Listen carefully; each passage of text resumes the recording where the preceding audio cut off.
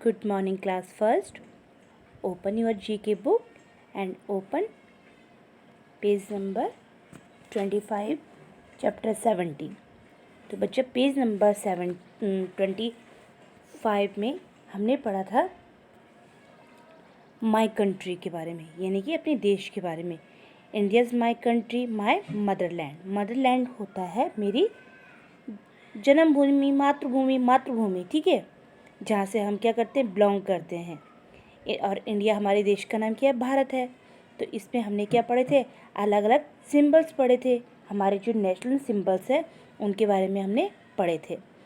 तो हमने इसमें पढ़ा था नेशनल ट्री हमारा क्या कहलाता है, कौन सा हमारा नेशनल ट्री होता है ना.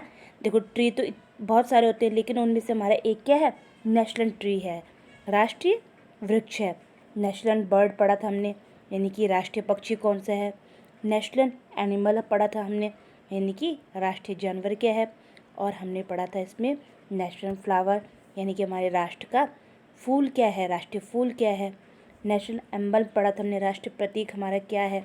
ठीक है, तो आज इनको ही हम अपनी क्या करेंगे, कॉपी में करेंगे. तो सभी बच्चे अपनी नोटबुक निकालिए. नोटबुक में आप करेंगे इसलिए कि आपको ये लर्न भी हो सके. तो सबसे पहले चैप्टर 17 डालते हैं एंड चैप्टर का नाम डालते हैं माई कंट्री. तो माई कंट्री में सबसे पहले हम लिखेंगे नेशनल फ्लैग, जो हमारा राष्ट्रीय क्या फ्लैग, राष्ट्रीय झंडा है. तो झंडे को हम कहते हैं बच्चे या फिर तिरंगा या फिर कहते हैं उसे ट्राइकलर, यानी कि 3 रंगों से मिलकर बना है. जैसे कि आपने देखा होगा, सबसे ऊपर होता है सैफरॉन यानी कि केसरिया, बीच में होता है वाइट यानी कि सफ़ेद, और नीचे होता है ग्रीन. अगर आप अपनी बुक सबने ओपन कर रखी है तो आप तिरंगे को देखिए, अपने झंडे को देखिए, तो उसके बीच में होता है एक चक्र जिसे हम अशोका चक्र भी कहते हैं. अशोका चक्र की जो तिल्लियाँ होती हैं वो होती हैं 24. कितनी होती हैं, 24. तो सारे बच्चों को याद होना चाहिए कि हमारे राष्ट्रीय जो झंडा होता है उसे तिरंगा कहते हैं. सेकंड में हमारा है नेशनल ट्री, यानी कि राष्ट्रीय वृक्ष. तो बच्चा हमारे जो देश का राष्ट्रीय वृक्ष है वो है बैनियन ट्री, यानी कि बरगद का पेड़. बरगद का पेड़ क्या होता है, बहुत पुराना होता है, बहुत सालों तक रहता है. ठीक है ना, साइंस में आपने ट्री के बारे में पढ़ा था. ट्री के होते बड़े बड़े पेड़ होते हैं जो बहुत सालों तक रहते हैं, बरगद का पेड़. ठीक है, आगे है थर्ड पे नेशनल बर्ड, यानी कि हमारे राष्ट्रीय पक्षी.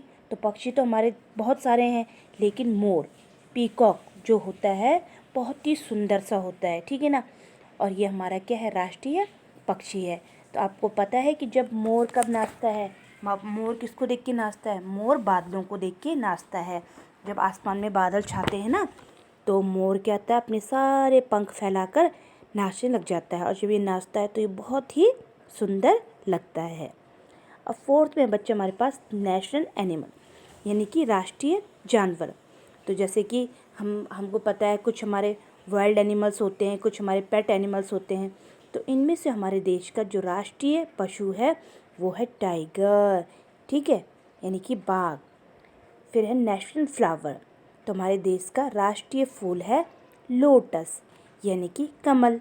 तो कमल आपको पता है कमल कहाँ खिलता है, कीचड़ में खिलता है और दिखने में बहुत सुंदर होता है. ठीक है, तो ये हमारा है नेशनल फ्लावर लोटस. 6th में आएगा नेशनल एम्बल. तो राष्ट्रीय प्रतीक हमारा है लायन कैपिटल.